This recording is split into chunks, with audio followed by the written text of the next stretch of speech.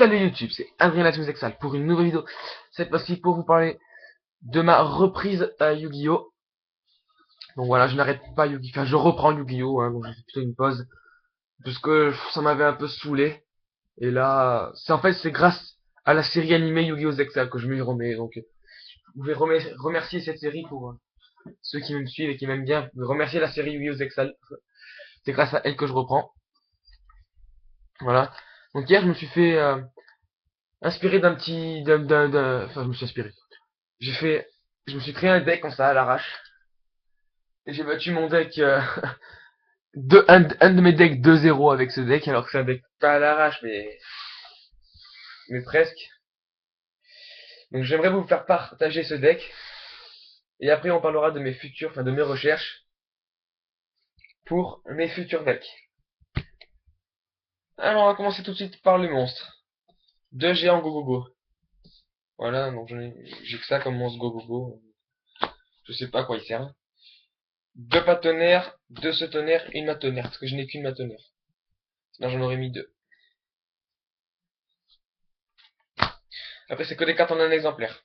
Donc, Chevalier Brillant, Archer Achacha, Garde Nagagaga, Chevalier Zubaba, Goblinberg, Chevalier Gambara, Guerrier de Rétroaction et Loup de Guerre Noir d'encre. Loup de Guerre Noir d'encre pourrait empêcher l'adversaire d'activer des cartes pièges durant la damage step. La damage step, pardon. Maintenant, les magies. Deux One Day of Peace pour piocher, pour empêcher de recevoir des dégâts. Deux attaques à force maximale pour percer l'armure adverse ou pour péter un ton qui fait chier. Deux régénérateurs habillés vu que c'est un deck qui se base sur les Xyz. Ensuite, que des cartes en non exemplaire, qui tout double. Attends, excusez-moi. Mini courage, la force des générations, qui se comble avec unité, enfin énergie Xyz, quoi. Enfin, j'ai pas beaucoup de cartes Xyz dans le deck, mais je les mise quand même. Boost d'ego. Donc attendez, je vais vous les étaler vite fait. Voilà. Maintenant les staples, Reborn, Control, Book et Vie. Donc je n'ai pas, si vous avez remarqué, j'ai pas mis de cartes genre Typhon, tout ça. Parce que je voulais me faire un deck sans cartes trop intéressantes comme Typhon, Hommage, Torrentiel et Warning. Je n'ai pas mis de cartes comme ça. Voilà. Donc ça change un peu, c'est une sorte de deck de démarrage. Deux Alixis, qui est une des cartes maîtresses du deck. Voilà. Deux Commandants des épées, qui est une carte qui peut faire déposer des cartes de la main adverse. C'est pas mal. Maintenant que des cartes en un seul exemplaire.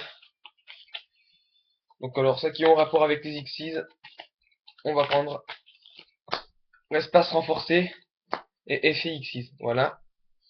Ça c'est deux cartes qui vont avec les Xyz. Maintenant on passe aux cartes qui ne vont pas avec les Xyz. Demi-contre, Gamushara, coup de poing chanceux et jugement solennel. Voilà pour le main deck. Ça donne à peu près ça en éclaté. On passe maintenant à l'extra deck. Donc deux immense automates. Une carte que j'utilise pas mal. Deux utopies et un rayon d'utopie. Donc je cherche un troisième utopie, un deuxième rayon d'utopie. Pour mon futur deck, je vous en parlerai après. Un Zainmelt, un Léviathan, un Excalibur, un Gandiva et un Ninja Murlam. Alors ces trois là sont à l'échange, hein. Ces trois cartes là sont à l'échange, Dolka aussi. Donc ces cartes là sont les seules cartes de mon extra deck qui sont à l'échange. C'est... non, pas héroïque, il est pas à l'échange. Voilà. Ces trois là sont les seules cartes de mon extra qui sont à l'échange. Voilà. Donc maintenant nous allons parler de mes recherches. Donc pour ceux qui n'ont pas envie de voir les decklists, etc., je mettrai des petits raccourcis dans la description en fonction du temps. Donc voilà.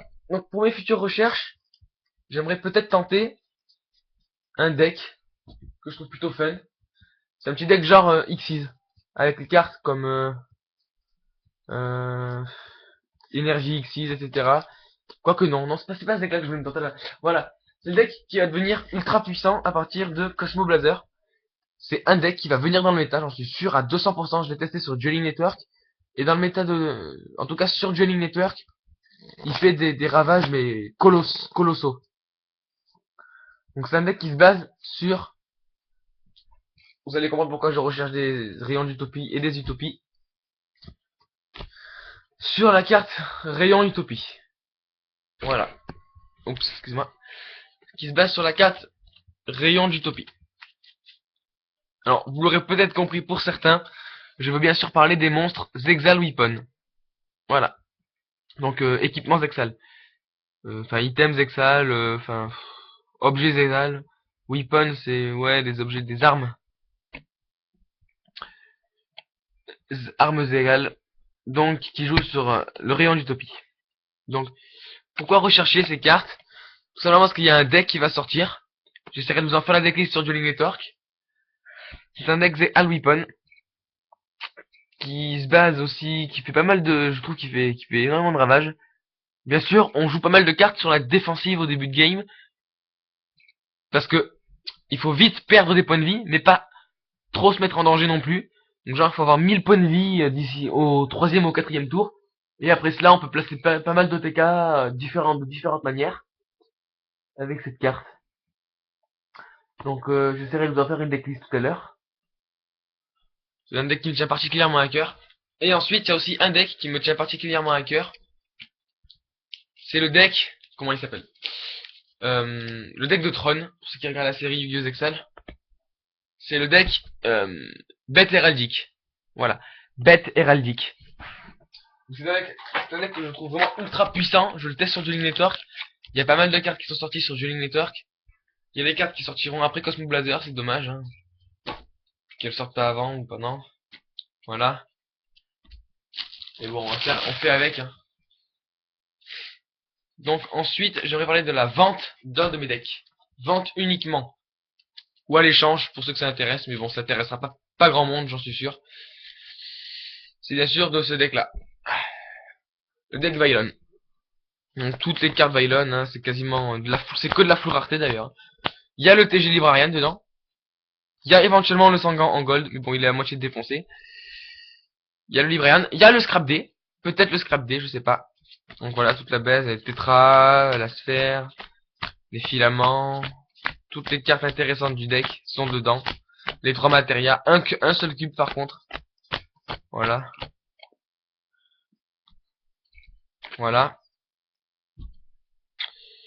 Après, c'était pour en revenir. Ah oui. J'aimerais, je sais pas pourquoi, mais pourquoi cette carte est-elle recherchée? Voilà. Enfin bref.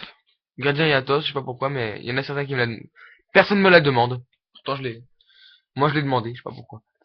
Ensuite, attends, mais je viens de changer de sujet là. Ah oui. Donc j'ai trouvé un typhon d'espace mystique miniature dans Abyss Rising.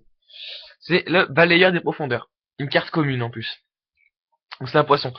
C'est une carte que joue Shark, je crois, dans son deck. C'est une carte qui on le sacrifie et ça sert de typhon. Voilà. C'est le seul cost, c'est le sacrifice de ce monstre. Je sais pas pourquoi, mais il sert quasiment à rien, en fait. Ouais. C'est énorme la capacité que j'ai à changer de sujet, quoi. Qu'est-ce que je voulais regarder? Ah oui. Mon deck Rabbit. Enfin, ma base de deck Rabbit Warrior. Donc toute ma base de deck Rabbit Warrior est au trad. Hein. Donc sans les Graal, bien sûr. Et sans les Fiendish. Ou alors, faut vraiment proposer gros. Même si je sais que... Pourquoi je demande de proposer gros? Bah, tout simplement parce que j'ai quasiment plus rien au trad. Voilà. Donc les deux Rabbits sont au trad. Le Rico, non. Il est pas au trad. Le Rebound, je peux le mettre. Voilà. J'ai pas de Lévière. Je peux rajouter d'autres cartes. Parce que là, c'est vraiment plus que, c'est vraiment qu'une petite base, quoi. Voilà. Donc voilà. Après, il y a un deck que je peux pas me faire, que j'aimerais mais que je peux pas. Parce que j'ai pas du tout les moyens de me le faire. C'est le deck héroïque. Voilà, j'ai vraiment pas du tout les moyens de me le faire. Donc je n'irai pas tenter de me le faire. Tout simplement. Ensuite, mon Gorz n'est pas au trad. Hein. Pour ceux qui l'auraient pas compris, mon Gorz n'est pas au trad. Voilà. Ou peut-être, mais bon, faut vraiment proposer gros. Peut-être que je vais recevoir 2 guides des enfers et pas mal de cartes qui vont m'aider à conclure. En fait, je vais faire un échange. C'est une personne que j'attends, ça fait longtemps que j'ai pas de nouvelles. C'est Itachix81. J'ai vraiment pas de nouvelles, ça fait pas mal de temps. Ça fait vraiment énormément de temps que j'ai pas de nouvelles de toi, Itachix. Donc Greg, pour ceux qui le connaissent. Voilà quoi. J'aimerais bien avoir de tes nouvelles. Savoir comment tu vas et savoir où ça en est. Donc voilà. Donc je peux éventuellement mettre mon tapis d'Abyss Rising à la vente. Mais uniquement à la vente. Ou à l'échange. Mais uniquement à la vente ou à l'échange. Oui, c'est vrai que je donne pas le tapis. Je vais pas le donner, hein, c'est sûr. Ou alors je suis vraiment bourré si je le fais. Donc il y a apparemment Zonini2110 qui serait intéressé par ce tapis. Bon, ben, on va faire les enchères, voilà. On va faire une petite montée aux enchères pour le tapis d'Abyss Rising. Voilà. Donc je vais vous montrer un petit truc assez fun avec ce deck. Savoir à quel point on peut faire des Xyz au premier tour quasiment. Donc là j'ai ça en main au début. Qu'est-ce que je peux faire? Ben, c'est poser Chevalier Brillant. Il a une assez grosse défense. Donc normalement quand il est en défense il est niveau 4. On invoque Chevalier Gambara et on fait une Xyz par exemple. Voilà une Xyz de, allez, Papillot. On 7. Donc on active l'effet de Papillot, admettons. En déposant Chevalier Gambara.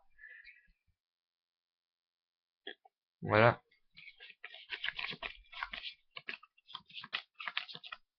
Ensuite on a ça en main, mais on le verra plus tard. Donc voilà, c'est un deck pas mal. C'est pas forcément un deck puissant. C'est un deck fun. Tout simplement très fun. Donc s'il y en a qui veulent que je joue sur Skype en duel avec eux, bah, je peux très bien jouer avec ce deck. S'ils me le demandent, je jouerai avec ce deck. Pour leur montrer à quel point il est pas mal. Il est fun et puissant. Voilà. Allez YouTube, c'était Adriana Teamsexal, à plus. Prochaine vidéo, sûrement decklist Zero Weapon.